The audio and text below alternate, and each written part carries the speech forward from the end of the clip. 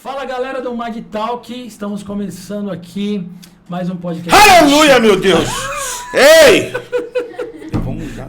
Maneiro? Já começou já. O mistério já começou. Corta. Não, pode começar. Pode deixar fluir, porque esse aqui já tá de cara. Eu tenho várias revelações hoje pra fazer aqui. Brincadeira, só foi pra dar uma quebrada. Pra dar descontraída, né? Descontraída. Vai. Então, já começamos, já valeu isso aqui. Tô nervoso, pessoal. Pro convidado não tinha melhor apresentação do que essa. E na verdade, fazendo uma revelação já aqui, já o Pedrão do Borel, vocês já sabem, tá em casa aqui. Pedrão do Borel, ele foi um dos primeiros participantes do Mag Talk, nosso cobaia. Mas nós tivemos um pequeno problema técnico lá atrás. E o dele, que era para ser um dos primeiros, inauguração do Mag Talk, não rolou. Ficamos muito sentidos, mas aprove a Deus. Tamo aqui, irmão. Vambora. Preparar esse momento. Então, com o Pedro Borel, seja bem-vindo, Pedrão. Que alegria, a gente estava numa Legal. expectativa altíssima. Já tivemos tanta gente boa aqui passando, mas não poderia faltar a presença Amém. ilustre do Pedro Borel. Aleluia. Como é que você está se sentindo aqui no Mag Talk? Primeiro eu tô me sentindo muito bem aqui, porque eu tô vendo o microfone aqui todo preto com a bolinha vermelha aqui, então isso me dá mais alegria de poder estar aqui inspirado, né? Vermelho e preto, vermelho, preto, vermelho e preto. Então, começar assim, né? Começar assim, vermelho e preto. Eu quero começar já dando uma mensagem aqui, que você tá me vendo, mas não tá vendo esse cara que tá aqui. É um palmeirense aqui na minha frente, mas eu já quero começar afirmando aquilo que eu sempre falo. A minha razão de viver não é a cruz de Malta, mas o que aconteceu na cruz do Calvário. Por isso eu não sou influenciado e nem me sinto uma estrela solitária. Eu trago no meu peito uma sigla, CRF. Cristo restaura e fortalece. Meu coração estará sempre inflamado por aquele que me chamou para ser raça eleita e nação santa. Vamos começar esse podcast. Nossa, que coisa... Estou feliz de estar aqui para a gente bater um papo, para a gente pensar. E o que eu mais gosto assim, do podcast é que a gente pode, de uma maneira muito, muito legal, pensar juntos. Descontraída, né? Eu sei que no meio das perguntas aqui, o que a gente vai conversar, eu não sei tudo, mas a gente pode pensar, e eu gosto muito disso. Bom, já vamos falar então do próprio, já que você fez toda essa... nem cantares, cara, fez um livro de cantares aqui pra galera. Você já começar a falar do Flamengão, você tá feliz com o Flamengo. Cara, o Mengão, a gente falou da outra vez, inclusive vocês estavam quase sendo campeões, foi campeão da Libertadores depois, aí começou a ganhar um monte de título. O que você tá sentindo aí, cara? Eu acho que eu diria assim, né? Eu fecharia com uma frase que foi dita por um cara muito especial, um cara que saiu do anonimato, eu não sei o nome dele, mas a resposta dele foi muito linda. Quando, em meio de toda essa questão da Copa do Mundo, alguém perguntou para um cara, né, depois da derrota do Brasil ser eliminado, perguntava para ele assim: e aí, tá triste porque o Brasil perdeu? Ele falou: eu triste? Pô, eu sou Flamengo, querido, eu sou triste. Eu acho que o Flamengo tá com um time bom demais, mano. Agora, vai depender muito com esse técnico aí que veio do Corinthians. Né? Nosso grande traíra aí, né? Eu já vou falar já vou falar do meu coração. Eu não acredito muito em coisa que comece errada, que dê certo. Entendi. Então, se houve uma má fé do coração desse cara, se ele já não tava... dá pra saber. Ninguém sabe. Mas se aquilo que o pessoal fala, e claro que a mídia tem muita narrativa, e aí a gente pode até pensar sobre isso, né? Sobre narrativas. Cuidado com narrativas. Narrativas têm que ser questionadas. Se a narrativa não pode ser questionada, o fato nunca vai triunfar. Então, a gente tem que andar debaixo de fatos, não de narrativa. Então, a gente narrou muita coisa desse técnico aí que veio do Corinthians, né? Que ele passou a perna no Corinthians. Mas se isso é fato, tudo que começa errado, querido, não prospera. Então fica a dica para você aí, né? Em todo sentido. Tudo que começa errado não vai prosperar. Verdade, hein? Então vamos esperar. É um alerta, na verdade, um alerta claro. Aí, porque eu sei que para você, assim, a alegria de poder ganhar tantos títulos esses anos para cá, obviamente, né, sendo a segunda maior torcida do Brasil depois do Corinthians, então... Não, o Corinthians é maior, saiu agora, não sei se todo mundo está aqui nos bastidores aqui, sabe, que saiu no livro, no Guinness Book, né, que o Corinthians é a maior torcida do mundo, saiu, né, venceu, e a Bíblia diz, né, porque o mundo já é do maligno, então, torcida, né... Já é a maioria. Não, mas cara, eu tô feliz assim, claro, mas A turma que tá me vendo aí sabe que eu sou flamenguista. Já fui mais flamenguista, mas sou flamenguista. Joia. Mas eu já ensino, na minha casa todo mundo é flamenguista, meus filhos são flamenguistas, mas eu ensino para eles o seguinte, é uma frase, né, bem conhecida, e eu juntei ela àquilo que eu criei, acrescentei. Eu digo assim, Flamengo, eu só te penso menor quando eu penso em Deus, minha família e meus amigos. Depois vem o Flamengo. Eu gosto de torcer, mas prioridade para mim, né? Primeiro o Senhor na minha vida, minha família, meus amigos e depois vem o Flamengo. Isso aí. Mas eu gosto de torcer. Se eu posso, eu tô no Maracanã. E com certeza, pelo você ter esse jeito efusivo já, né? Que Deus te deu, assim, pra provocar a galera e tal. É só pra provocar, tá, irmão? Eu amo palmeirense, eu tenho meus amigos, meus melhores amigos em São Paulo aqui, né, de time, são palmeirenses. Então, mas eu fico imaginando também quando o Flamengo perde, como deve ser. Mano, meu telefone. Não, meu telefone não. Não, eu deixo o pessoal me zoar, claro. Mas assim, quando eu começo a ser zoado, o que eu faço? Eu já começo a mandar coisas de gaiatice contra o Flamengo, pra nem quebrar logo. Você entra na. Claro, a melhor coisa é entrar aquela coisa que eu ensinava pro meu filho, ó. Se na escola ele te colocar um apelido e você não gostar, tu engole. Tu não reclama, não, porque se tu reclamar do apelido, é que o apelido pega. Então. Pode se auto-zoa, porque depois fica... Claro, tudo... mas também eu sabia, né? O Flamengo ganhou também, já era. Pode esperar que o Pedro vai mandar segura, um monte de post. Tem aqueles que é mais legal, né? Você mandar as coisas. Você falando aquele fica mordido. Esse tem que mandar. Esse é o mais... Tem uns caras que tem que mandar mesmo. Ó, quando o Flamengo perdeu pro Palmeiras, eu tava em Curitiba, Libertadores. Eu falei logo, pessoal, ó, eu sei que vocês vão me zoar, mas Deus tocou no meu coração. Que o justo florescerá como o Palmeiras. Então, tô feliz. Já ficou consolado, já foi tudo certo. Claro, eu tenho que quebrar logo isso, senão, se entrar na pilha, meu amigo, já era. Bom, Pedrão, depois dessa breve introdução aqui, queria bater um papo contigo aqui. Vambora. Bom, a gente já se conhece, tava tentando fazer os... Quanto tempo já, né, Pedrão? Faz Samuca, acho que você tinha 17 para 18 anos. Então foi uns 4 anos, mais ou menos. Não, deve ter 2 anos e meio. Já tá casado, já tá com uma creche, tá com a esposa aí com... Terceiro. Não. É trigêmeo, né? Não. É só 3 filhos mesmo. Mas ela não estava grávida de trigêmeo? Até achei legal. Olha que nome lindo. Sadraque, Mesaque e Abednego. Imagina você na igreja. Sadraque, Mesaque e Abednego! Se fosse gêmeos, como que seria? Se fosse gêmeas? Trifose e Trifena. Foram aquelas mulheres que foram coluna na vida de Paulo. Trifose e Trifena! Só chamava de tri, já tava bom. Verdade. Não, mas já tem... Já faz tempo, hein, meu? Uns 12 anos ou mais. Pra mais. Por aí.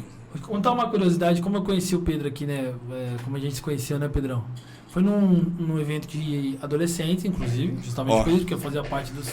Tava nos teens. Era adolescente? Era adolescente. E a gente tava numa conferência de teens naquela época lá na Vila Carrão. Isso. E você foi o convidado e a gente não conhecia ainda, né? Nada sobre você. A gente tava lá no pátio, todo mundo na resenha lá e tal, aí o Pedrão chega, né? Porque pra gente sempre, os convidados, os caras... Né, são bens. Vamos tentar chegar perto. Então, mas ele chega lá no pátio lá, aí já manda logo e fala assim, ó, abre aí em Atos 29. Você lembra disso? Todo mundo procurou. Todo mundo procurando. Em Atos 29, irmão. Vamos ler a Bíblia. Engraçado que eu lembro que nessa conferência teve um pessoal de um teatro que apresentou. Sim. Aí o pessoal descia num lance de cortina, só que tinha um cara que começou a aspirar fogo. Eu falei, mano, esse fogo vai pegar nessa cortina. Verdade, né, cara? Esse fogo vai pegar... E eu fiquei apreensivo, comecei a procurar agora a saída de emergência, mas ainda bem que o cara não cuspiu o fogo pra cortina. Porque a Vila Carrão lá é cheia, era todo cortinada. Sim, tudo, um monte de apetrecho e tal. Eu lembro. E foi assim, né? Mas eu lembro que também você mandou uma lá que a gente ficou com o coração na mão. Não sei se foi nessa ou depois foi na segunda, teve na segunda também que eu fui. Na segunda.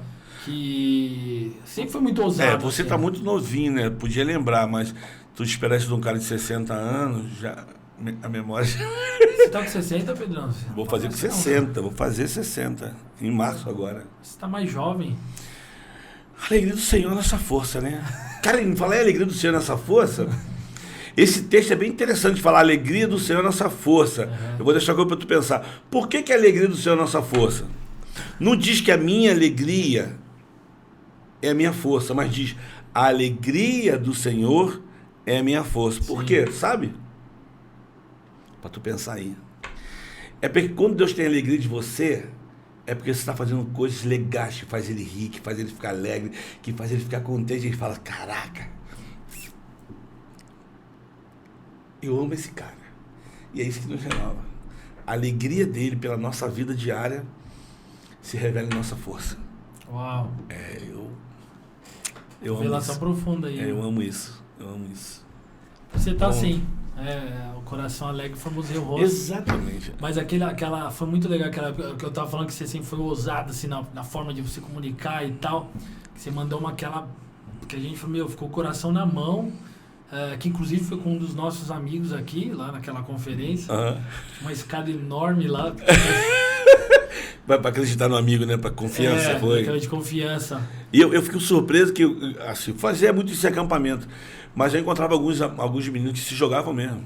E eu ficava impressionado, porque para mim ninguém jamais ia se jogar, pô. Sim. Mas eu encontrei meninos que eu falei assim, cara... Só pro pessoal pegar, tinha que subir, né? Mas você escondia, ele só via a escada, você pegava um grupo de amigos e tal... Mas ele não sabia, quem subia a escada não sabia. Não sabia, mas você tem amigos, ele chamava os amigos, tal. Então, se você tem amigo mesmo, tem que você fazia. Então, vamos fazer o seguinte, ó. Eu vou botar isso aqui, você vai subir essa escada, e vou botar todos os teus amigos aqui embaixo. Se você confia neles, tu vai estar com o olho fechado, tu vai se jogar para trás. Agora, o chão tá vazio.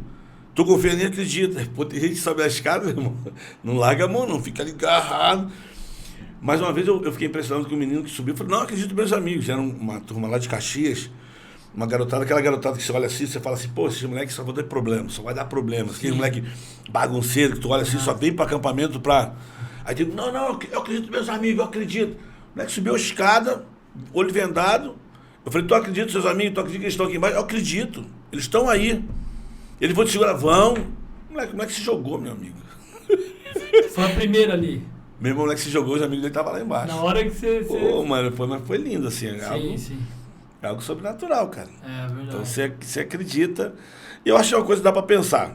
Caraca, você tem que saber fazer bem a brincadeira, porque senão você pode machucar alguém. Verdade. Você tem que saber bem a brincadeira. Agora, tem muita gente que desce quando tira a venda, vê que os amigos estão lá e fica uma decepção, mas aí a gente vai trabalhar em cima disso, né? Sim. Sobre a confiança, sobre medo. É bem interessante. Que legal. E foi uma das nossas amigas lá, acho que era com as meninas, e eu acho que ela, não sei se ela, acho que ele se jogou, né? Foi. Se jogou. Se jogou, foi uma tensão danada.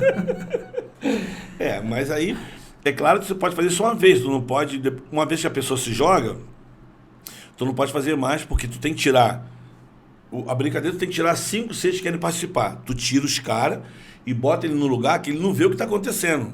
Porque se ele vê que as pessoas estão lá embaixo, ele vai subir e vai se jogar. Ah, sim. Então esse era sacado. Tu tira 5 e fala assim, ó, vem cá, chama o Tem que ser na base mesmo da confiança. Da confiança. A gente pode fazer uma dessa aí com o Fabrício hoje. A gente... Mas ele vai se jogar. Testar. Vai se jogar. Tá pronto. Mas é um segredo bem interessante que a Bíblia fala, né? Amigos mais chegados que irmãos. O que encontrou um amigo, encontrou um tesouro. Tremendo, cara. E o próprio Jesus, ele falou... Tanto que a gente gravou. Quantos anos faz isso? Pô, mais de 10, bem mais. 15 anos, pelo menos, aí, eu acho. E o Jesus falou, né? Olha, eu não quero chamar vocês de servo, eu quero chamar vocês de amigo. E a gente, às vezes, não entende esse conceito, essa coisa da amizade. A amizade é uma coisa muito... profundo, né? Tem amigos que sentem muito quando um amigo casa, pô. É verdade, né? Tem amigos que sentem. Você já presenciou isso? Eu já presenciei quando um amigo meu casou. Primeiro eu fiquei triste porque eu sabia que ele estava casando errado. Eu aconselhei, mas é aquela coisa, ninguém pode escolher por você com quem você vai casar, né? Sim. A tristeza foi que ele casou e um tempo depois deu ruim. Uau. Mas aí o amigo tá lá, né? Continua lá e, cara, bora, segue a vida. Eu acho que a pior sensação é aquela coisa natural, né? A pessoa vai e entra num relacionamento e aquele que não tá, se sente muito... Porque você vai começando a sair. Eu já preguei sobre isso, e tem um texto que eu falo que é um dos textos mais lindos que eu gosto da Bíblia, quando os discípulos vêm para o João Batista que questionam ele sobre a confusão que estava tendo entre os judeus e os discípulos de Jesus. E aí a Bíblia fala que João Batista diz assim, olha, eu sempre disse para vocês que eu não era o Cristo. Sempre disse para vocês. Aí ele vai falando, né? Ninguém pode receber coisa alguma se do céu não lhe for dado. Se você quer saber, está no capítulo 3 do livro de João, lá no finalzinho. Ninguém pode receber coisa alguma do céu se não for dado por Deus. Aí ele diz assim, a noiva pertence ao noivo. E o amigo do noivo que está a serviço do noivo, quando ouve a voz do noivo, ele se alegra e ele diz, a minha alegria está completa. E depois o João diz assim, é necessário que ele cresça, que eu diminua. Então, quando você vai ver esse contexto de amizade aí, no contexto histórico, é que o amigo era aquele cara que acompanhava um amigo no relacionamento dele. Se por um acaso esse amigo tivesse que viajar por algum tempo determinado, ele deixava a noiva aos cuidados desse amigo, dizendo para ela assim, eu vou viajar, mas vou voltar para casar, e enquanto não voltar, o meu amigo vai cuidar de você. Olha isso, né? E o amigo ficava ali. E o papel do amigo era falar para a noiva assim, ó, ele vai voltar, pô. Ele te ama, ele fala de você para mim, ele te ama, eu conheço ele mais do que você, e eu sei que ele te ama. Imagina o relacionamento do amigo falando com o outro, ó, eu amo essa mulher, essa é minha noiva, vou casar com ela. Então o cara, vou só usar aqui um termo, o cara fica 6 meses fora, só volta pro casamento. Como é que fica o coração dessa noiva? Será que ele vai voltar? Por que ele viajou? E a Bíblia diz que quando o amigo vê o amigo voltar, a primeira coisa que ele fala para a noiva, ó, ele está voltando, vai ter o casamento, olha aí, eu falei para você que ele falou, e é o casamento. Mas a gente não pode esquecer que existe essa mesma história em algumas linhas da Bíblia, quando Jesus diz assim, olha, eu vou, mas eu volto. Eu volto para o casamento, porque você é minha noiva, a igreja é a noiva, né? Da maneira pessoal, você, nós somos a noiva como igreja. Jesus é o noivo. Mas ele disse, eu vou, mas eu volto. Mas enquanto eu não voltar, eu vou deixar você com o meu melhor amigo, o Espírito Santo, que vai ter ciúme de você. Ele vai cuidar de você até que eu volte. Quando eu voltar, aí vai ter o casamento. Cara, incrível. Por isso que Paulo... Eu gosto de juntar as coisas, por isso que eu acho que Paulo fala assim, ó, nós não sabemos orar como convém. Não sabemos. Mas o Espírito Santo nos conduz, né, com gemidos inexprimíveis. Então, aquilo que a noiva não consegue fazer, o amigo do noivo fala, vamos lá. Mano, aí é fantástico. Que correlação maravilhosa, né? Não, a Bíblia, ela é maravilhosa. Com os relacionamentos, né? Porque você aplica isso de uma forma espiritualmente na sua vida, porque é a nossa relação com Deus. Sim. Mas nas relações também, né? Porque a Bíblia... Assim, não sou estudioso da Bíblia não, mas eu gosto de ler a Bíblia. Mas a Bíblia é uma coisa interessante, que a Bíblia não tem uma narrativa, ela te mostra fatos. Por isso que de Gênesis, no Antigo Testamento, ele está apontando para quem? Para um fato que vai acontecer. Um menino vos nasceu, um filho se vos deu. O Isaías diz assim, olha, numa pequena cidade, né, uma virgem terá um bebê. Sim. Então está sempre apontando para um fato, não é narrativa, é fato. Opa, é fato. Então, a Bíblia não cai em contradição, porque... Desculpa, não sei se você está vendo isso aí, alguém mandou esse podcast para você. Você pode questionar a Bíblia e dizer assim, mas foi homens que escreveram. Mano, de fato foram homens que escreveram. Só que a única diferença é que escreveram inspirado pelo Espírito Santo. E a verdade é uma pessoa, mano. A verdade é Jesus Cristo.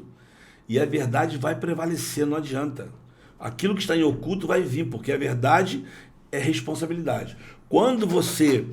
conhece a verdade, tem informação sobre a verdade, você é responsável por isso. Então, a responsabilidade é a luz. Uma vez que você teve a luz, né, que... Aí eu vou ter que voltar. A Bíblia diz que ele nos transportou das trevas para a sua maravilhosa luz, eu começo a ver. Então, eu digo sempre que a Bíblia não cai em contradição, né? Ela tá ligada, ela tá assim, ó. A Bíblia é que nem aquela madeira usada lá no altar de sacrifício, que era uma madeira específica, que era uma madeira que dava no deserto, porque ela suportava tanto frio e calor. A gente fala que o deserto é muito calor, mas a gente sabe que à noite a temperatura muda, ela faz frio. Então uma madeira que ela é dada no deserto, ela fica assim o tempo todo, ó. Ela dilata, calor, frio, calor, frio, calor, frio, calor, frio. Chega uma hora do tempo dela que ela está tão... que a gente chamaria hoje de peroba, ela é tão dura, que ela suporta a temperatura do fogo. E aí... Essa é a palavra de Deus. Essa é a palavra de Deus. Pedro, Nietzsche, você vê a sua paixão pela palavra, paixão por Jesus, tantos anos que você está com a gente aqui, não só falando nos púlpitos, mas nas conversas de mesa, a gente vê aquilo que você carrega realmente apaixonante, verdadeiro, né? Parece assim que você está vindo pela primeira vez. Todo mag, todo encontro que a gente tem, justamente por essa paixão que você transmite. E como começou tudo isso aí? Assim, da sua vocação, né? Como que foi esse despertamento? Até legal, a galera assim, que você realmente descobriu, né? Você é um evangelista mesmo, né? Que não somente hoje pratica, mas você também treina, abençoa muitas igrejas. Eu vou falar para você que está assim, vendo esse podcast aqui, que essa noite aqui no MAG eu vou pregar sobre isso que eu vou falar. Mas claro que a gente não vai ter tempo para falar tudo isso. Mas eu costumo muito falar que as pessoas têm muita informação sobre Deus. Todo mundo tem informação sobre Deus, principalmente no Brasil, que é um país cristão. E quando eu falo país cristão, é um país que tem informação de Deus, que tem acesso à informação de Deus. Então eu poderia falar aqui para você, né, talvez na minha ignorância, o cristão é o católico, né, o crente evangélico, é aquele macumbeiro kardecista que também lê a Bíblia, aquele cara que fala que Oxóssi, Oxalá é Jesus. Então todo mundo tem informação sobre Deus. Onde você vai em algumas religiões, você sempre tem uma fotinha lá de um Jesus na cruz, né? Tá lá. Então a gente tem informação sobre esse Jesus. Todo mundo tem. Isso tá na nossa linguagem. Vai com Deus, Deus te abençoe, meu filho. Ai, vamos rezar. E a gente tem essa... Isso é natural no brasileiro. O brasileiro é um povo de muita fé. Mesmo que ele direcione a fé dele, talvez com o meu entendimento falando hoje, em lugares errados, Mas quando eu falo isso, informação não é suficiente, mano. Porque você precisa ter uma experiência, para tu entender. Um cara que quer fazer medicina, quer ser médico, ele se torna médico? Não. Primeiro ele vai para uma faculdade, no mínimo ali fica 7, 8 anos estudando. Recebendo informação, muita informação. Exatamente.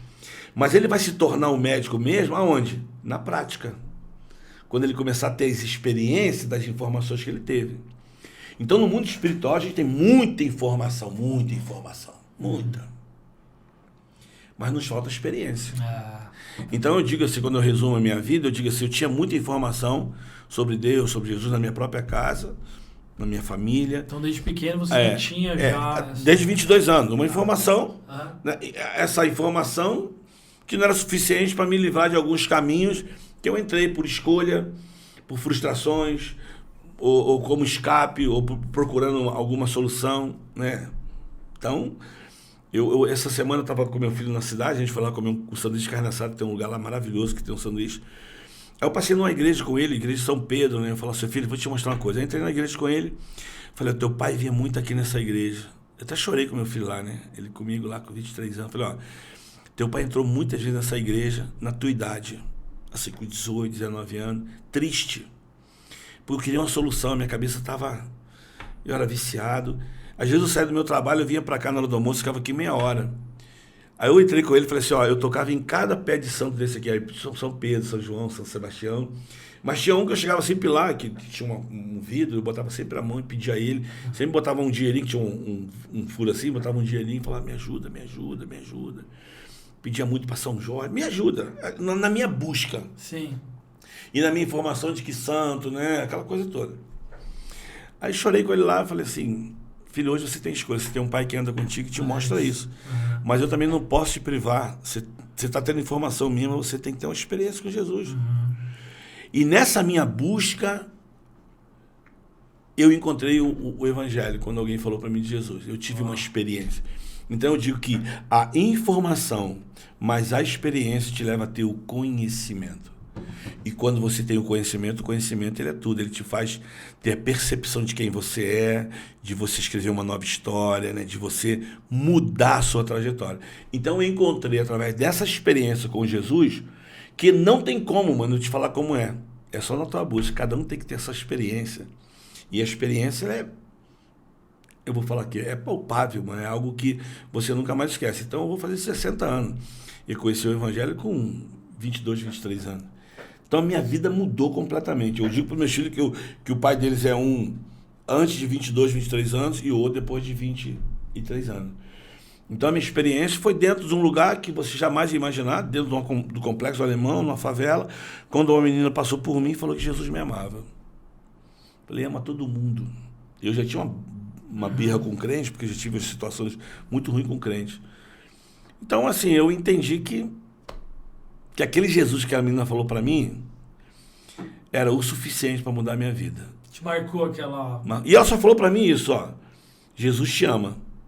Eu falei, ama todo mundo. E comecei a ser muito ignorante com ela, ela ficou ouvindo, eu perguntei para ela, eu falei assim, você só quer me levar para a igreja para me cortar meu cabelo, para deixar essas roupas? Eu tava doidão.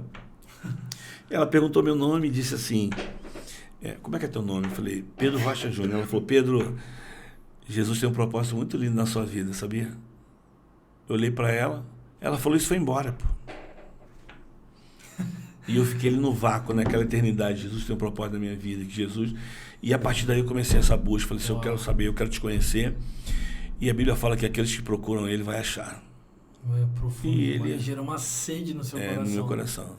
E aí hoje eu brinco com algumas coisas, né? Porque eu lembro da minha casa. A minha casa, a minha mãe era muito católica, a minha avó era muito devota de um santo chamado Santo Antônio de Categoria. Então eu convivia com essa coisa de beato. Sim. E na minha casa tinha um quadro do Jesus Cristo, da cruz, né? E por muitas vezes eu vi minha mãe botando a mãozinha nesse quadro, pedindo a Deus para abençoar a nossa família. E a gente vivia uma vida muito, muito difícil. Minha mãe cuidando de 5 filhos. E eu lembro muita gente que minha mãe botava a mão. E aquele quadro era um quadro muito antigo, que veio, a história do quadro é legal, que veio da casa da minha avó botou lá na sala. E não tinha para onde correr, porque na minha casa era só sala, cozinha e banheiro. Então Jesus estava ali, eu olhava para Jesus. Todo dia. Via minha mãe fazendo várias vezes, botando a mão no pé de Jesus, orando, saindo de casa, pedindo, Jesus abençoe os meus filhos.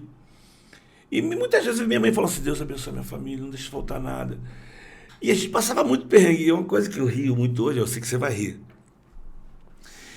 Que depois, até 16 anos, 17 anos, eu convivia com esse Jesus. E olha, meu mundo já era viciado e tal. Mas tinha em você aquela, né, aquela... não, assim, eu tinha um temor, né, cara? Temor, como todo mundo tem, né? Todo mundo tem um temor, todo mundo fala em Deus, todo mundo fala em Deus. Né? Até o Satanás fala em Deus e treme. Mas eu lembro que a minha mãe conta a história, depois, né, que a minha avó era empregada doméstica, então todo dinheirinho que sobrava ela botava atrás desse Jesus.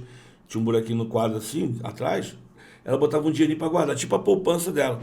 Só que a minha avó teve um problema de cabeça, né, teve um enchecimento e tal, ficou meio que maluco, ficou andando pela rua, acharam ela e tal. E ela esqueceu do quadro, com dinheiro dentro, quando ela era empregada doméstica. E era um montão de nota, cor de abóbora, verdinha e tal. Um dia o quadro caiu lá em casa, quebrou, o forro abriu e minha mãe achou um monte de dinheiro atrás do quadro. Meu Deus. Só que o dinheiro não tinha mais valor, né? Aí o que eu falo hoje? Eu fico olhando assim, pensando na minha mãe botando a mão no pé de Jesus e pedindo Jesus abençoe a gente. E o Jesus lá na... Eu acho que Jesus ficava assim, ó. Tipo assim, aqui atrás tá cheio de dinheiro, tá pedindo dinheiro. Mas o que a gente descobre na Bíblia? A Bíblia diz assim, ó. Tem mãos, mas não toca. Sim. Tem olhos, mas não vê. Tem boca, mas não fala. Tem ouvidos, mas não ouve. Tem pés, mas não anda. Todos que se curvam diante de deuses como esse, tornam-se como eles. Então você está ali diante pedindo alguma coisa, diante de uma imagem, que não fala, que não vê, que não... E o que você acaba fazendo é se tornando a mesma coisa. E no mundo espiritual tu está cego, tu não consegue ouvir, tu não consegue entender. E isso são informações que nós temos. Mas quando você tem experiência, você começa a entender que você foi criado para ser casa dele. Ele habita em você. Ele abre teus ouvidos, teus olhos, e aí você começa a compreender. Cara, muito profundo. E aí muda tudo, pô. Uau! Aí muda tudo. E muda tudo que parece que é muito poderoso, mas é simples. O evangelho é simples. Um menino vos nasceu. O seu nome será maravilhoso, conselheiro, Deus forte, príncipe da paz. E presta atenção, o governo está sobre seus ombros. Governo não é esse que está aí em Brasília, não. O governo são os principados e potestades. Ele é capaz de aniquilar um por um na tua vida. É isso aí. Cara, é profundo demais. Informação, mas é experiência. Te leva a ter o conhecimento. Te leva a ter o conhecimento. E a partir daí muda tudo. E é isso que essa geração precisa, né, exatamente. Pedro? Mas hoje você vê uma geração, isso é claro. Sim. Hoje você tem uma geração que tem muita informação, eu digo, no sistema, mas com pouco conhecimento. Eu digo de coisas naturais. Hoje você tem uma geração que ela vive assim, ó. O tempo todo, né? E são dezenas e centenas de informação que você não assimila nunca. Por quê? Porque você não para pensar naquilo que você está lendo. Você não para pensar nas narrativas que você lê. E o quanto te faz de mal, que você às vezes nem percebe. Exatamente. Você nem percebe. Às vezes uma música que tu escuta a música 30, 40 vezes. Chegando você está pensando só naquela música. E o que ela produz para você? Nada. Nada. Ela fica corroendo, né? Não, e aí entra um outro segredo. Onde é que está o segredo da nossa vida? Está aqui, querido. Ó, daqui para cima. Tudo começa aqui. Se aqui tá bom, mano, teu corpo vai ter luz. Por isso que a Bíblia fala que a janela do corpo são os olhos. Se os teus olhos são bons, todo o teu corpo terá luz. Então, tudo aquilo que você vê, né, que entra aqui e produz pensamentos que você vai falar, que você vai ouvir, então se isso for bom, o teu corpo vai ter luz. Agora, imagina quanta coisa ruim tu não lê, que te traz medo, te traz esperança, tem medo do futuro. E aí entra aquela palavrinha que tudo isso vai trazendo, chamado depressão. E tu começa a falar, meu Deus do céu, oh dia. Se tu não cuidar daqui, meu amigo, aí desculpa, eu vou voltar para a Bíblia. A Bíblia diz assim, ó, não estejais preocupado com coisa alguma, né? Antes as vossas petições estejam diante de Deus. E a paz de Deus, que excede todo o entendimento, vai guardar o teu coração, as tuas emoções e a tua mente em Cristo Jesus. Então, tudo que é perfeito, tudo que é amável, tudo que é de boa fama, tudo que é virtude, tudo que é louvor, que isso ocupe a tua mente.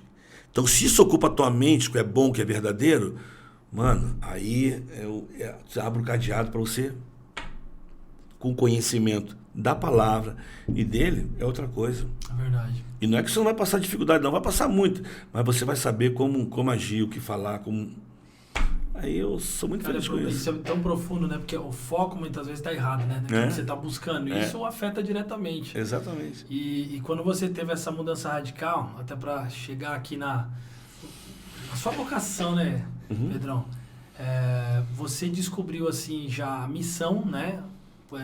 Depois dos 23 ali, já muito rápido, demorou? Como que foi? Porque a primeira coisa que aconteceu na minha vida quando eu tive essa experiência, eu queria falar isso para todo mundo, mano. Eu queria falar pra todo mundo isso. É como você tem na internet aí hoje. Tu tem uma notícia boa, tu quer postar, pô, né? Tu quer botar, mesmo que seja coisa ruim, tu quer postar. Mas quando é coisa boa, pô, meu filho nasceu, cara, aconteceu, pô, Mengão campeão, tu quer postar. Eu tive uma experiência com Jesus, irmão. Jesus mudou a minha vida. Eu fumava 10 cigarros de maconha todo dia, tinha problema de depressão, que na época nem se falava de depressão. Tô te falando de 38 anos atrás. Se falava de depressão. Mas... eu falo para o meu filho que não tinha tempo de ter depressão, mano. O couro era tão pesado. Mas eu queria falar para todo mundo, eu queria falar. Aí mesmo, comecei a falar de Jesus para as pessoas. Com 25 anos, é claro que você vai fazendo uma linha do tempo. Isso é muito legal, você está sempre fazendo uma linha do tempo, das tuas coisas, né? Que você... Eu comecei a perceber o meu coração, né? De coisas que também era legal na minha vida que eu não percebia. Por exemplo, hoje é muito difícil você... viver uma vida que só quem tem mais de 50 entende o que eu vou falar, né? Aquela vida de bons vizinhos, né? De você, ó, tua mãe fala, vai lá, pede um copo de arroz da dona Valdete e a mamãe, quando fizer a compra, devolve. Você pede um copo de óleo. A gente tinha muito isso. Então, eu via muita solidariedade entre as pessoas. Isso me marcava muito. Tanto de receber também como dar. Eu também tinha uma mãe que tinha um coração muito, muito bom, porque a gente já não tinha nada. A gente não tinha nada e ajudava quem não tinha, quem nada tinha. E quem nada tinha ajudava a gente, não tinha nada. E a gente vivia... O pouco que tinha era compartilhado. Já... Aprendi muito isso. A gente, minha mãe como copeira do hospital, a gente vivia muito de sanduíche que o médico lá não comia. Falou, tu quer levar para você? Minha mãe trazia maçã e leite, sobrava no hospital, e trazia. Então, mas eu também já via isso. Hoje, com a minha percepção, no meu entendimento, com a luz, eu vejo assim, como é que Deus já cuidava da gente. E eu tinha um herói, cara, na minha rua, se chamava Seu Valdir. Me emociona quando eu falo do Seu Valdir. Seu Valdir era um caminhoneiro. E o Seu Valdir era o maior pai de santo que tinha na minha rua. Nossa. O terreiro dele estava sempre cheio de crianças, tinha muita festa e tal. Mas o Seu Valdir era meu herói, porque o Seu Valdir era caminhoneiro, e toda vez que o Seu Valdir voltava de caminhão, ele parava o caminhão lá no começo da rua, buzinava, e esperava as criançadas todas vir subir no caminhão dele, ele trazia a gente, tipo assim, 120 metros, e todo mundo, é seu Valdir, é seu Valdir. Viagem, né? Mas eu achava legal que o seu Valdir, a gente entendia que ele levava comida, carreta de comida, que ele trabalhava com isso, levando de um lugar para outro comida. Aí eu falava, pô, o seu Valdir leva comida para todo mundo. Eu pensava assim. Aí falava para mim assim, quando eu crescer eu quero ser caminhoneiro. Eu quero ser caminhoneiro para me viajar, para me levar comida para todo mundo. É assim. Né? É assim, mas eu nunca imaginei que um dia eu também seria um caminhoneiro, que na minha bagagem eu levaria alimento, mas um outro tipo de alimento. Né? E quando eu penso que hoje eu posso viajar, eu posso, não depende de viajar não, mas sair do meu lugar para o outro para poder alimentar pessoas, e eu digo alimentar não apenas de comida, nada disso, mas alimentar com um pão que sacia de verdade a fome. De entender que eu tenho na minha bagagem muita comida que eu preciso compartilhar com as pessoas. Uau. Que é a palavra que Jesus falou, eu sou o pão da vida, aquele que comer não terá fome. Então eu tô nesse princípio de que existe um pão que alimenta de verdade. E que esse alimento te empodera para que você escreva uma nova história na sua vida. Isso aconteceu comigo. Alguém me deu um pedaço de pão. Eu comi esse pão. E esse pão multiplicou. E tem se multiplicado. Uau. Então a minha vocação, eu fazendo a linha do tempo, eu percebi...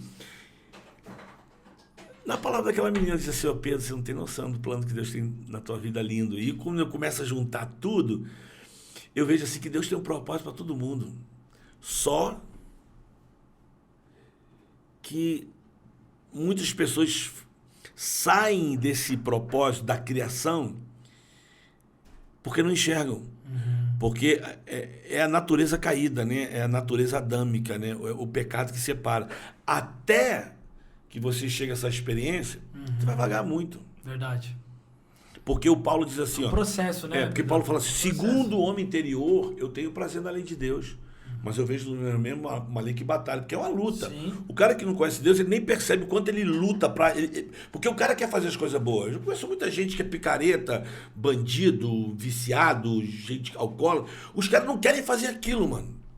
Eu vou falar do álcool, da maconha. Ele nem escolher aquilo. Ele não queria, mas ele falou, pô, Pedro, não sei, cara, o que acontece comigo quando eu vejo já estou bebendo, fumando, pô, quando eu vejo já estou no tráfico. Mano, isso é uma guerra, isso é uma luta.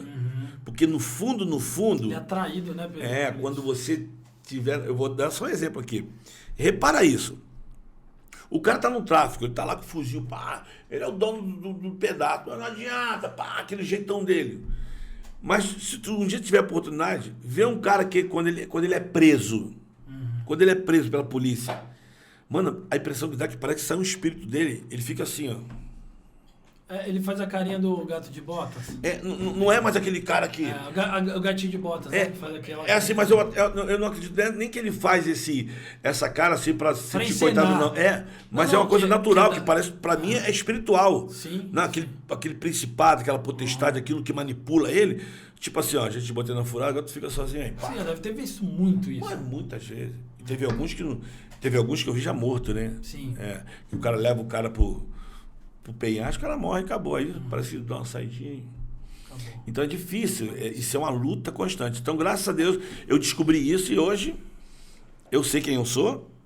Hoje eu sei qual é o propósito na minha vida. E eu vou fazer isso até que ele volte. Não é fácil, não. A idade chega, a tua cabeça tá ainda, mas o teu corpo já não... Já não é mesmo... Não, já não acompanha mais. Está se renovando a cada dia. Mas Deus está renovando, a gente vai continuando falando. Fala ainda que o exterior, né, esteja se corrompendo. Exatamente. Pedrão, e é muito legal ver, assim, todos esses anos, né, como Deus vai nos colocando em cada estação. E você passou por muitas estações, a gente vê... Por exemplo, eu acompanhei você desde do Borel, tanto que muitos acham que é seu sobrenome. Não é. Meu nome é Pedro Rocha Júnior. Rocha Júnior. Então, meu nome é Pedro do Borel, porque de fato você estancou uma bandeira naquele lugar, né? Mudou a realidade. Um lugar que eu amo muito. Vou te dar uma palhinha aqui, ó. Pode falar. Borel, não é segredo eu amar você. Esse mistério eu não sei dizer. São coisas de Deus no meu coração. Eu amo demais esse lugar. Até gravou um CD, né? Com música, o senhor inspirou lá no Borel. Hoje eu sei que você está no Gramacho, né? Mas antes de falar do Gramacho ali, o que vocês estão vivendo ali, as experiências, ali no Borel, eu sei que até é vago perguntar isso, mas você viu muita coisa, agir de Deus ali, passou por muitos Desafios. Eu queria que você contasse, pelo menos assim, desafio assim, que você fala, cara, aqui foi desde um perrengue, uma situação que você viu ali desafiadora, que você precisou persistir, e também as bênçãos. Os frutos lá. Então, assim, tem muitas, né, cara? Tem muitas, mas eu resumiria aqui um cara que... Eu conto sempre isso, né? Eu gosto muito de falar porque isso me renova muito. E eu sempre digo que se eu fui pro Borel só pra conhecer aquele cara ali e amar ele, já valeu a pena, né? Que foi o Valdir, que é um cara que eu andei com ele quase 12 anos. E o cara... Não é o mesmo Valdir do Herói, não. O Herói, que você falou, o meu herói. Não. Se o Valdir quando era criança. Mas esse outro Valdir é do Morro do Borel. Esse, ele era um cara alcoólatra e, só resumindo, o processo com ele foi de levar ele para cadeia de recuperação, voltar, voltava. E por muitas vezes pessoas me questionaram que ele não queria nada com Deus. Eu falei, cara, eu amo o Valdir. E muitas pessoas falavam para mim assim, não, ele só tá dando pérola pro esporte. Eu falei, cara, eu não tô dando pérola pro esporte não, o Valdir é alguém muito especial. E andei com o Valdir, cara, 11 anos. Nossa. O Valdir caindo, subindo, levantando, levando o Valdir bêbado para casa. E levar bêbado para casa em linha reta é fácil, agora subir escada com bêbado... Desafio. Muitas vezes, o caso do Valdir caiu, eu levei ele para morar com a gente lá, morou 3 anos comigo lá, com o pessoal bêbado, cara... Era muita dor de cabeça, mas eu sabia que o Valdir era muito especial. Um dia o Valdir chegou para mim e falou que ia mudar de vida. Eu falei, duvido. Ele mudou. O Valdir mudou de vida. Uau. Ele teve uma experiência com o Evangelho. Que incrível. Mudou. E um cara que tinha um trabalhador de mão cheia, ele era um pintor, mas tudo era da cachaça, tudo era em jogo, tudo era em droga. E ele, em 1 ano, depois de limpo, que ele queria mudar de vida, ele conseguiu comprar uma casa para ele no morro. Depois de 1 ano de trabalho, juntou dinheiro e comprou o barraquinho dele. Foi morar com a mãe dele, ele e a mãe dele comigo. E aí ele comprou a casa. Assim que ele comprou a casa, a mãe dele 6 meses depois morreu. Eu falei, cara, esse cara vai entrar no luto, vai beber. Superou o luto, continuou. E aí, resumindo, o Valdir pegou um caroço na garganta, né? Saiu um caroço no pescoço dele, foi ver, era um câncer maligno. Nossa. Em 3 meses o Valdir morreu. Mas o que me chama a atenção é que quando eu fui no hospital, fui lá visitar ele, eu falei, Valdir, eu tô vindo te visitar hoje porque não vou poder domingo, que eu tô indo no congresso sábado, fui para Bauru. Ele falou, Pedro, ele era gaguinho, ele falou, eu orei para Deus trazer você aqui hoje. Eu falei, mesmo? Eu falei, por quê? Ele falou, que quando você voltar, eu não tô mais aqui. Ele vai sair do hospital? Não. Vai trocar de quarto? Não. Vai ser transferido? Não. Mas por quê? Ele falou, Pedro, Jesus vem me buscar esse final de semana. Eu falei, como assim vai te buscar, cara? Vem. Ele falou que ele vem me buscar. Eu falei, não. Eu falo para ele, não, ele vai te buscar não, ele vai te curar. Não. E o cara sabendo que vai pro céu e mandando o cara ficar. Aí ele começou a falar... Aí ele falou assim, eu queria ler um texto para você. Aí ele leu um texto para mim, talvez é o maior texto da Bíblia que eu já gravei, né? E gosto muito desse texto, talvez por causa do Valdir, um texto muito especial. Ele começou a ler para mim o Filipenses capítulo 3. E eu não vou ler ele aqui, porque se for ler como o Valdir leu, que ele começou a ler, cara, e era difícil. Mas cada linha que ele falava, eu falava... Talvez eu decorei por isso, porque ele repetia, né? Não. Mas você estava triturado por dentro. Triturado. Aí o texto diz assim, ó... Eu não sou perfeito, eu nem alcancei a perfeição. Mas uma coisa eu faço, eu prossigo para alcançar aquilo para que foi alcançado. Não digo que alcancei, porque esquecendo as coisas que ficam para trás, eu prossigo para o alto, pelo prêmio soberano da vocação. E no final do texto diz assim, a nossa pátria está nos céus, de onde aguardamos o Salvador, que transformará o nosso corpo de humilhação para ser conforme o seu corpo glorioso. Ele começou a falar, Pedro, Jesus vai tirar minha dor. Eu vou morar com ele para sempre.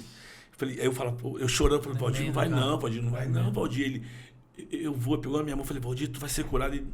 Pedro, eu vou morar com ele. Ele vai tirar essa dor minha, eu vou ter tudo novo. Eu chorei pra caramba. Ele pegou minha mãe e falou assim, mas eu queria te falar outra coisa. Eu falei, fala aí, Valdir, você estava quebrado, né? Aí ele falou para mim assim, eu só queria te agradecer, porque tu não desistiu de mim. Aí começou a falar, eu te dei muito trabalho, desculpa, me perdoa. E começou a me pedir perdão. Eu falei, Valdir, tu é meu amigo, cara. Eu te amo, mano. Foi uma despedida ali, né? Foi, cara, foi. Aí ele pediu pra mim pedir desculpa às pessoas lá, né? Que ele machucou. Só que essas pessoas diziam pra mim que eu tava dando pedra pros porcos. Eu fiquei com raiva, eu falei, não vou te pedir nada, não vou falar nada, né? Mas ali foi difícil, mano. Aí eu viajei, né? Ainda querendo que Deus ia curar ele. Quando eu cheguei em Bauru, minha esposa me ligou, Pedro, Valdir morreu. Falei, pastor, tô indo embora. Cheguei de manhã, de noite, peguei o ônibus de novo e voltei. O Valdir tava dormindo no caixão, cara. Então o Valdir foi um cara que... Te marcou. Pô. Uau. Eu acho que isso aí foi só dínamo na minha vida de entender que cada um tem uma história, mano. Sim. Eu sofro muito nesse meu chamado porque eu não posso convencer ninguém e nem converter ninguém. Entendo. Mas a Bíblia diz que ninguém pode me impedir de amar as pessoas, né? Nem elas. Então isso é maravilhoso do Reino de Deus. Quando você tem essa experiência... no meio, eu vou trazer uma fresquinha aqui. No meio de tudo isso que está acontecendo no Brasil, desse Brasil dividido de gente que está com raiva de gente aqui, de política ali, no meu lugar eu fico às vezes olhando para alguns caras... De verdade, eu vou estar por que esse cara não morre, né? Tipo assim, Deus, por que tu não faz, né? Manda um raio aqui? Igual o João pediu. Mas aí quando tu pensa nos caras, que tu pensa no amor de Deus, tu fica frustrado porque tu sabe que Deus ama o cara. Aí tu fala assim, pô... E vai falar que ele ama igual você. Cara, Deus ama esse cara. Ele fala, meu Deus, como é que Deus ama esse cara? E aí entra que nossa justiça trapa de imundícia, né, mano? Quem tem que orar pra Deus, trazer a justiça dele. Mas assim... Tu olha pro pior inimigo teu, pro cara que tu menos gosta, tu vai olhar pra ele mesmo assim, olhar, aí tu vai pensar, cara, Jesus ama esse cara, meu amigo. Imagina. É complicado, né? Mas é do dia a dia. Não, mas eu imagino que você vivenciou justamente, você investiu 11 anos como discipulado ali, sem desistir, né? Mas, cara, eu acho que esse é o... Eu sei que é muito difícil, eu sou muito polêmico naquilo que eu falo, mas o maior exemplo do Evangelho é que a Bíblia fala que o Verbo se fez carne, o Verbo encarnou. O Verbo andou 30 anos no nosso meio. Tem tempo, mano. E às vezes tem pessoas que querem logo tudo instalado. É tempo. O amanhã, eu falo, grava isso. Amanhã não existe, tá bom, irmão? O amanhã não existe. O amanhã só existe por causa de uma letrinha, duas palavras, duas letras, fé.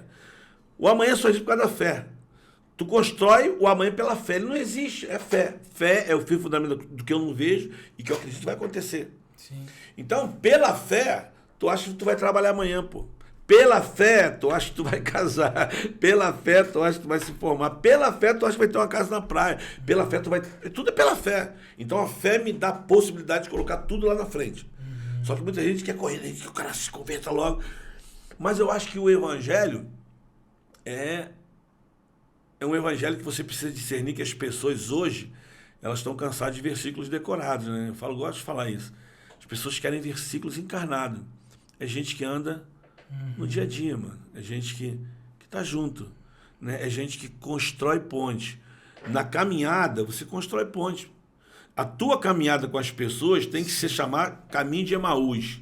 Porque o Jesus está dentro de você, você está conversando com as pessoas. As pessoas, às vezes, não conseguem enxergar o Jesus dentro de você. Mas o que tu fala arde o coração dele. E é um processo, mano. Então, é nessa caminhada... Você já quer que o olho abre já no meio do caminho. Aí tem uns que abrem logo, tem outros que vai demorar. Tu constrói a ponte. E nessa construção, tu vai falar assim, pô, cara, tem uma ponte aqui, mano. Tu pode mudar, irmão. Atravessa. A decisão de atravessar. Eu construo a ponte contigo, mas a decisão de atravessar é tua, não vai ser minha. Então, isso eu acho fantástico no Evangelho. Desse tempo, de você... Leva tempo, mano. Sim. E você viveu isso intensamente dentro do Borel? No Borel foi assim, eu te contei uma coisa ruim, né? Uma coisa... sim, bom e ruim.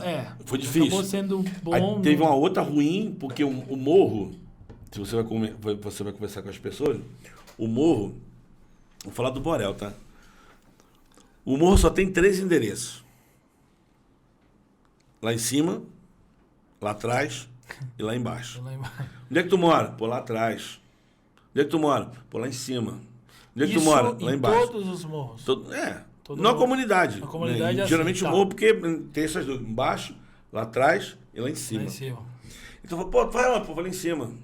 Pô, tá indo pra onde? Vou lá atrás. Vou lá embaixo. Então, pô, tu mora onde, irmão? Por que tu falar nome de rua só pra quem tá no morro? Sim. Tu mora ali atrás. Pô, Pedro, fala na minha casa. Tu mora onde? Pô, vai lá atrás lá e pergunta lá por mim. Tu acha?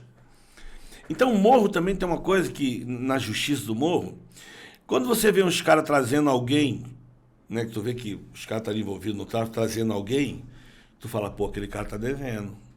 Tá indo pro desenrola, que é o nome, né? Tá. Eles estão levando alguém. Ou então vai um grupo buscar na casa onde o cara tá. Tipo, o cara tá no bar e fala, irmão, ó, segue a gente aí. Aí tem que ir lá. Ou então vai na casa do cara e fala, ô, fulano, tô te chamando lá embaixo, ó. Tô te chamando lá embaixo. Fulano, tem que ir lá em cima acertar umas contas lá. Entendi. Então você vê isso, você fica nessa percepção. Quando vem um grupo na casa de alguém pra chamar, já tem que ter um acerto. Uhum. Teve um dia que era 3 da manhã, eu tava lá dormindo.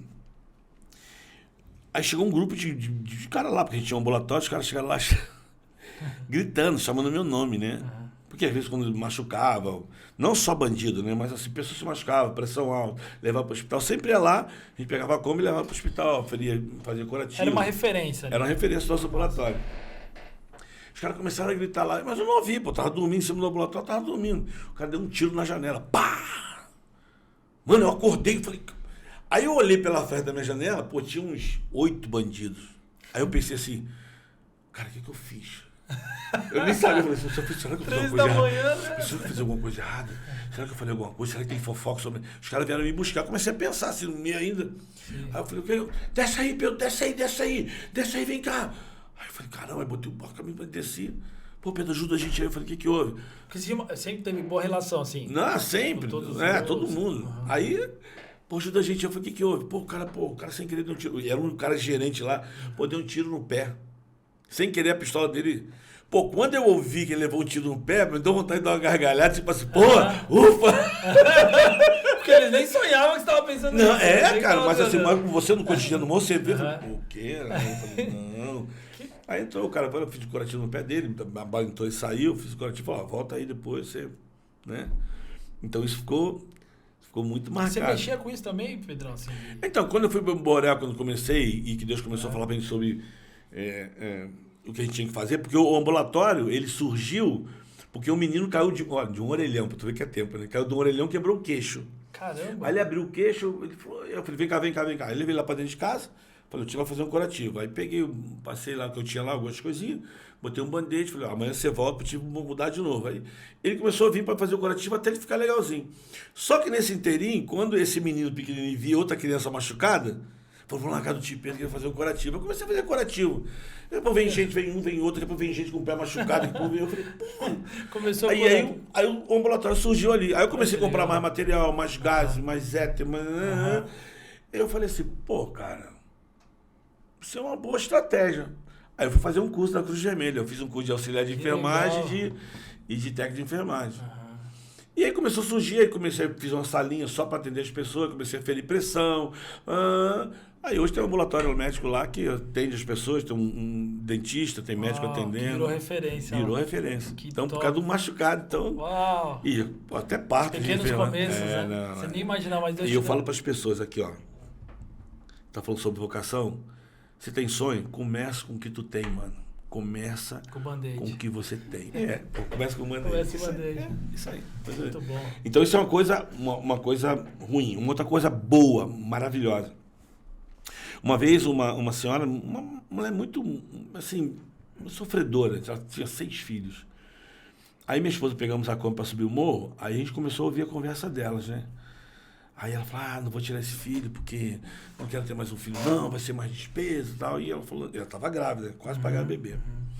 Aí eu olhei para minha esposa olhou para mim. Quando ela chegou no lugar que a gente soltar, ela não soltou. Eu falei, como é que é seu nome? Aí falou o nome dela, eu falei, você pode vir aqui que eu vou falar com você? Ela já conheceu o ambulatório. Eu falei, então como é que está essa gravidez? Ela, tá bem, a gente quer saber como é que a gente pode te ajudar. Ela começou a falar, tá. Eu falei assim, olha, a gente ouviu que você falou que você quer tirar o bebê. Ela, eu tô pensando em tirar porque eu já vai ser difícil. Aí eu falei, minha esposa falou assim, vamos fazer o seguinte, não tira o bebê não. A gente quer te ajudar até você ter o bebê. A gente vai te ajudar com o que você precisar. E quando você tiver o bebê, você dá pra gente. Aí ela, eu vou pensar. Aí foi, depois ela voltou, um tempo depois falou, eu aceito, vocês me ajudam? Porque eu sei que vai ter isso, então a gente te ajuda. Aí foi até, cara, o bebê nasceu. Quando o bebê nasceu, ela levou lá em casa, sabia, né, tal, o bebê vai, cara, eu trouxe um menino moreno, lindo. Aí ela falou assim, ó, eu dei o nome dele, eu falei pra mim, se for menina, eu vou chamar de Nádia, que era minha esposa. Se for menino, vai ser Pedro. E ele tá aqui, eu já chamei de Pedro, eu falei, ai, peguei, cara, menino lindo. Eu falei, Nádia, olha só que lindo que Deus deu pra gente, né? Pô, muito obrigado. Esse bebê é nosso agora, o nosso trato, né? Não era. Aí ela, ô, seu Pedro, eu quero dizer pra ti que eu mudei de ideia. Eu falei, não. Aí ela começou a chorar. Eu falei, esse bebê é seu, pô. Esse bebê é seu. Tu tem que ver o moleque hoje no morro, como é que tá lindo. Nossa. Lindo. Quantos anos? Tem 19 anos. Lindo, legal, cara, lindo. Cara. Aí eu olho pra ele assim, tanto fala, cara, aquele menino podia ir embora por rala abaixo, né? Quantas histórias assim, né, Pedro? Não, e eu tenho história de ver meninos fazendo aborto lá, que a gente pegava o feto, já informação dentro do balde, cara. Meninos que tinha que levar, socorrer. Imagino. Quantas coisas. Cada remédio que se tomava, assim, é difícil. Mas assim, as experiências são... Assim, todo dia é uma emoção, né? Uma emoção. Haja coração. Não, no Borel é... Mas dali você começou agora em Gramacho. Não, a gente foi pro Egito, né? Vocês foram pro Egito. 4 anos. Foi pro Egito, né? Ficou 4 anos. Começamos um projeto lá com 3 crianças, hoje tem 120, um projeto maravilhoso. Que era no lixão, né? No meio do lixão. E hoje tá... Eu lembro que você falou aqui, no meio do lixão ficavam os cristãos, né? É a cidade do lixo, né? Cidade do lixo. Uma cidade de Copo, tá lá. Normalmente onde tem a maior igreja, né? O maior número de cristãos dentro da cidade do lixo, né? 90% são cristãos. Nós temos uma igreja na caverna que reúne quase 10 mil pessoas. Uau! É lindo, é lindo. Os cristãos ficavam... a maioria dos cristãos que recolhiam o lixo para reciclagem. Por isso que o nome, o pessoal fala que é a cidade do lixo, né? Os muçulmanos... Não, aí, assim, na minha cabeça eu vejo que a cidade do cara é tão suja que talvez é uma maneira que os caras têm de humilhar os crentes que pegam lixo, mas eles mal sabem que Deus, ele muda, né? Faz com eles aproveitaram o lixo para fazer renda. Exatamente. E hoje vive de uma maneira... Cara... Eu no Egito, com todo o trabalho de criança, a gente nunca encontrou talvez uma criança que veio de uma família cristã, o resto tudo de família muçulmana, abandonado na rua. Então, tu vê aí que o sal daí é uma coisa diferente, não tem na criação? Muito, imagina. E aí ficamos até a Revolução, né, na Primavera Árabe, depois nós voltamos. Você chegou a pegar Pegamos toda, até o final dela. Foi osso. Imagina.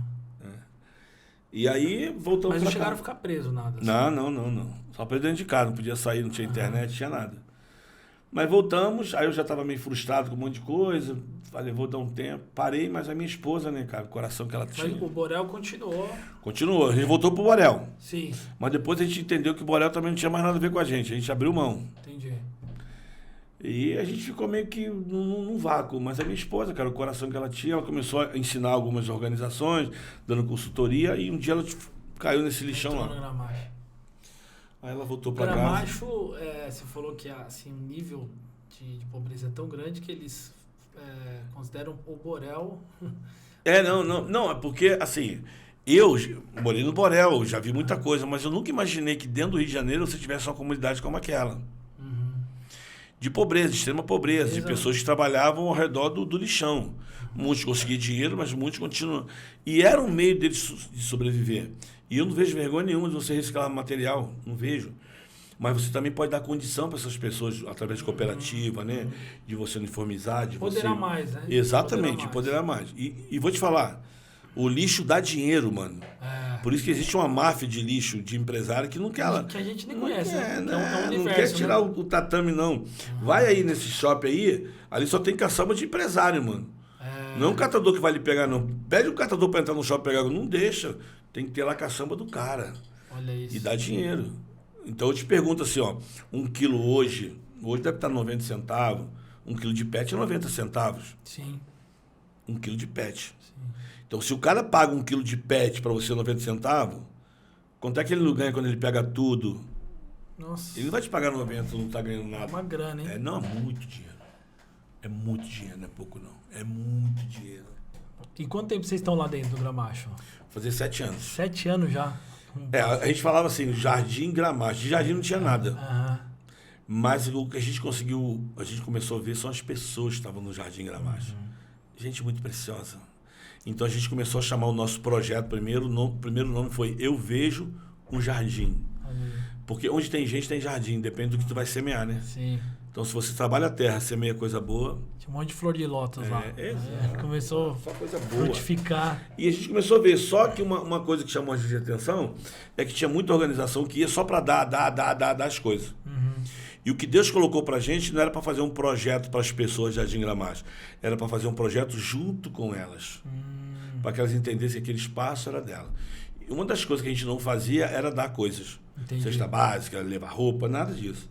Tanto é que algumas pessoas, vocês não estão dando nada? Não vou dar nada. A gente quer estar junto com vocês, saber nome, andar junto, sentir cheiro. E ficamos lá dentro 1 ano. Depois de 1 ano, a gente comprou um terreno, que eu acho fantástico essa parte da história. A gente estava passando num lugar que a gente passava sempre. Um dia minha esposa olhou para o quintal, assim, tinha um chiqueiro e muito lixo. E minha esposa viu uma árvore no meio do lixo, assim, ó. E ela falou assim, meu amor, vamos comprar aquela árvore lá. Eu falei, comprar uma árvore? Como é que tu compra uma árvore, Nádia? Não sei, Pedro. Não sei como é que compra uma árvore. Mas o que eu vejo é que debaixo daquela árvore a gente vai ter boas histórias para contar. Mano. Aí andando, eu descobri que o cara queria vender. Fui lá, fiz uma proposta, comprei a árvore por R$3.000. Dividi em 6 vezes. Minha árvore e minha vida.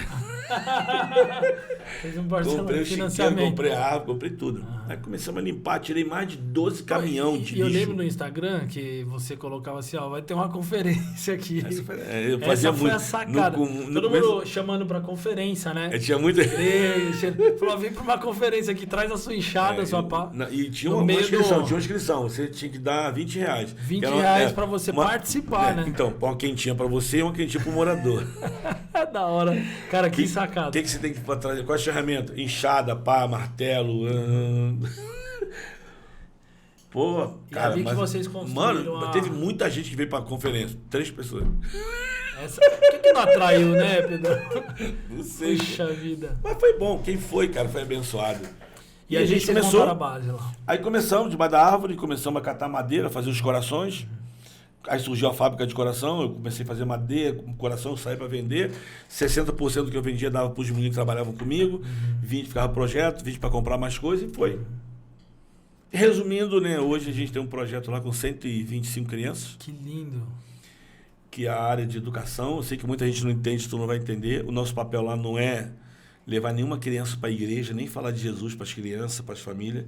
O nosso papel lá, né, no projeto é educar as crianças, fazer com que elas leiam e escrevam. Só que para você alfabetizar e você ter tempo, você anda com elas, você sabe o nome delas, você conhece as famílias, você sabe a história dela e você vai construindo essa ponte, o que eu falei, caminho de Emaús. E nesse momento a gente começa a compartilhar esse reino que pode fazer com que cada criança ali mude a sua história. Cara, nele, por meio dele e para ele. Aí o reino chegou, né? Virou. O reino já chegou sem falar o nome dele. O reino já está lá, irmão. O amor já está ali. O amor já está ali quando você senta. O amor já está ali quando você fala assim, A, B.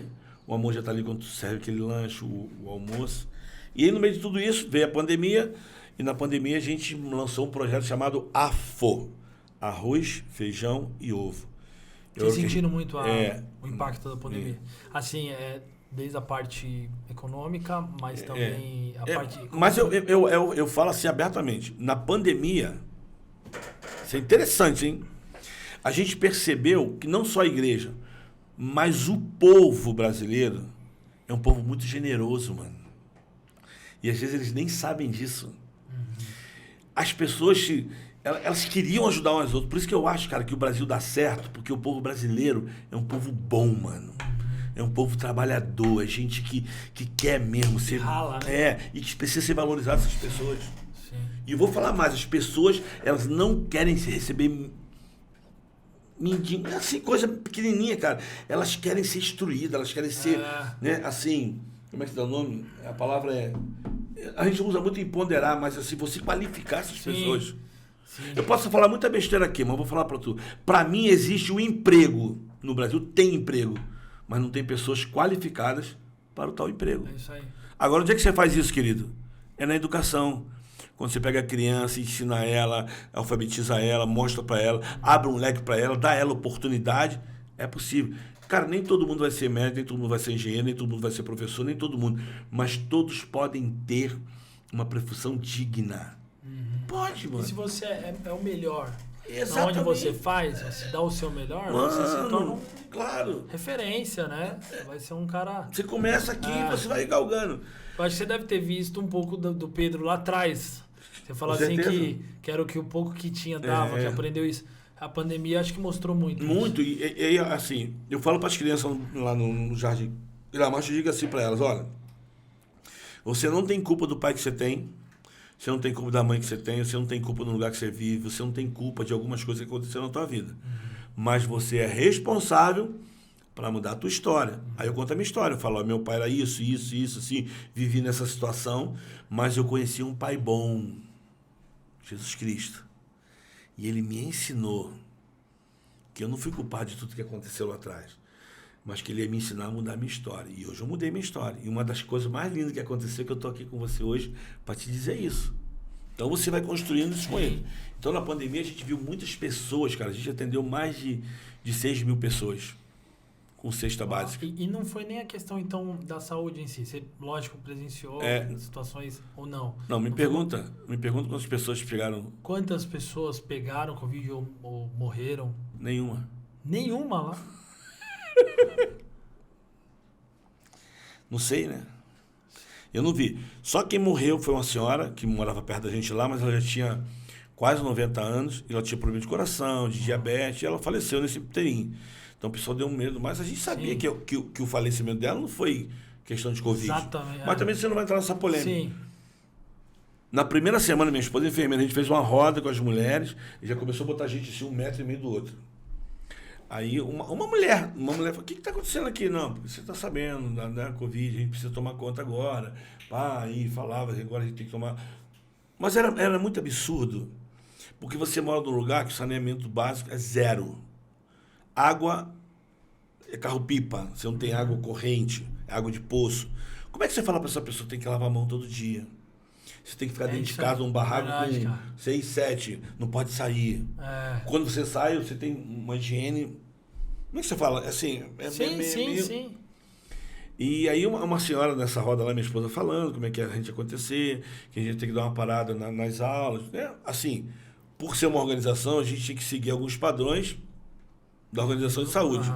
Até porque você responde, né? Porque se é uma pessoa física... Não, mas nós éramos uma organização, a gente tem um CNPJ. Tem um protocolo, precisa ter uma... A mulher falou assim, Pedro, tem que se isolar um do outro, né? A mulher falou, a gente já está isolado aqui, Pedro, de todo mundo. Olha isso. Ela mandou essa. Pedro, se esse vírus chegar aqui, quando ele começar a entrar aqui, que eles veem o tamanho de bactéria que tem nesse lixão aqui, eles morrem no meio do caminho. Eu falo isso assim rindo, mas ainda bem que fala que falou, não foi eu. Eu falei, que tenha sentido. É verdade. Samuca, a gente fez mais de 1.500 máscaras. Fizemos máscaras legais, tipo assim, ó, vai passar, né, confia, espera, máscaras bem legais. E nós também produzimos muitas máscaras com crianças, desenhando, elas mesmo faziam as próprias máscaras dela. Cara, eu não via ninguém com máscara. O pessoal não conseguia andar mais, botava a máscara, já tirava. A gente tentava fazer com que as crianças ficassem com a máscara, cara, mas não conseguia. É difícil. Mas a gente fez a nossa parte. Sim. Então a gente não viu, a gente não teve... Nossa, impressionante mesmo. E olha, foi o tempo que eu mais trabalhei, todo dia para trabalhar e voltava. E também foi o tempo que eu mais tive as vias livres para andar de carro. Assim, de engarrafamento. Aí tava bom, né, meu? Tá, eu ia e voltava. Então assim, você não viu. Aí, nesse inteirinho, a gente viu que as crianças começaram a ter uma dificuldade na alimentação, né? A gente surgiu o AFO, arroz, feijão e ovo. A AFO também é amor, fé e oração. Começamos a servir 25 refeições para as crianças ali, todo dia, arroz, feijão e ovo. Só que algumas pessoas que trabalham no lixão descobriram, mas a gente pode almoçar também pode. O projeto pegou tão forte, começou a chamar Cozinha Solidária. A gente aumentou nossa cozinha, a gente tem uma cozinha industrial agora. E a gente serve todo dia, no meio da pandemia, para cá, a gente serve todo dia 180 refeições, todo dia. Cara, que bacana. E poucas vezes a gente serve arroz, feijão e ovo. Sempre tem um frango, sempre tem uma carne de porco, sempre tem uma carne. E surgiu ali. Aí surgiu, tá lá. Uau. Então começa com o que tu tem, irmão. No meio da dor sempre surge grandes iniciativas. Então hoje o projeto tá lá, a gente faz os nossos corações hoje, a gente construiu uma marcenaria. Sim. Eu tenho o meu até hoje lá, meu presente. A gente tem marcenaria hoje prontinha. E hoje já está empoderando, já tem o curso de marcenaria lá. E agora vai começar os cursos de elétrica. Então tá indo, a vocação tá indo. Pedrão, que incrível, cara. Sempre, quando a gente tá junto, sai mais inspirado. Eu queria ficar aqui mais tempo, né? A gente vai fazer a parte 2, com certeza, a parte 3. Essa vai dar certo. Essa aqui vai ficar, né? Verdade, essa vai dar certo, amém, irmão? Amém. Essa é a parte 2 que virou parte 1. Mas deixa uma mensagem pra galera. E depois você passa suas redes aí para o pessoal te seguir também, seguir o projeto. A mensagem que eu vou dar para você é muito simples, eu vou falar isso hoje, né? Você que conhece o Evangelho, e você também que não conhece, desejo que Deus de alguma forma te revele e te faça entender o que eu vou te falar. O Evangelho é simples. Não existe plano B. Para o Evangelho não tem plano B. Ou tu anda com ele, ou tu anda com ele. Não tem volta, mano. É com ele. E ele nunca enganou a gente. Ele fala assim, no mundo você vai ter dificuldades, pô. Mas guarda teu coração. Ele disse lá, através do salmista, olha, o Senhor é meu pastor, nada me faltará. E ele diz assim depois, ainda que eu ande pelo vale da sombra da morte. Então ele está dizendo para você que é a possibilidade, mesmo você tendo ele como pastor, que vai vir vale da sombra da morte. Mas sabe o que ele diz? Ainda que eu ande. Ele não diz para tu parar. Então continua andando. Porque quando você continua andando, você vai discernindo aquilo que Jesus falou quando ele ressuscitou. O último recado foi, estou com você todos os dias. Então, não tem plano B, a certeza de que ele está conosco. E se você está com ele, mano, tu é a maioria. Não importa o que aconteça. Não importa o que vem pela frente. Não importa. Ele vai estar com você. E a cereja do bolo se chama eternidade. Então você tem duas coisas para pensar. Jesus, ele é Senhor e Salvador. Salvador é aquele que salva. Então Jesus quer te dar uma eternidade. Mas ele está dizendo que antes dessa eternidade chegar, ele precisa ser o Senhor da sua vida. E Senhor é aquele que ele fala, tu obedece. Então enquanto você estiver aqui, que ele seja o teu Senhor. Para que mais tarde você veja essa salvação que é a cereja do bolo, essa eternidade que nós vamos viver com ele. Então assim, guarda teu coração, o reino ele é simples. Não complica ele não. Viva a verdade, mano. Anda na luz. E a palavra que eu te dou é cuidado com a distração. Em palavras muito claras, Satanás ele é expert em distrair. E quando ele consegue te distrair, se tem a melhor, eu falei com o Samuca hoje, né? O melhor exemplo é a Procura do Nemo. A Procura do Nemo, ele está atrás do filho dele. Só chega uma hora que ele vai tão profundo que lá não tem luz, é tão profundo, é tão escuro. Só que lá ele está tentando achar um caminho, uma luzinha acende. E ele adora, fica assim, oh, e a luzinha começa a fazer assim, eles vão atrás da luzinha. Que parece, só que a luzinha para, vai lá no filme você vai ver, aparece um bicho horroroso para comer eles. Era só uma isca, distração. Então cuidado com as distrações que te levam para longe daquele que morreu por você na cruz. Um beijo. Muito bom, Pedrão. Que maravilha estar com você aqui. Amém. Enfim, conseguimos. Amém. E passa suas redes aí pra galera. Então, primeiro eu quero que você vá lá no Aja com H, Aja, que é o nosso projeto de Jardim Gramacho. Você encontra no www.aja.org.br, o site. Você vai amar o site. E vou te indicar, tem um blog lá que tem um artigo chamado Terra Boa. Tu tem que ver esse arquivo. Terra Boa. E tem o Aja, que você vai no Instagram, tá lá, @aja.com.br, você vai achar. E Pedro Borel. Vai lá, visita a gente lá. Deus te abençoe. Obrigado, meu amigo. Tamo junto. Tamo junto, galera. Magtalk com Pedrão do Borel. Nosso Amém. Amigo. Valeu.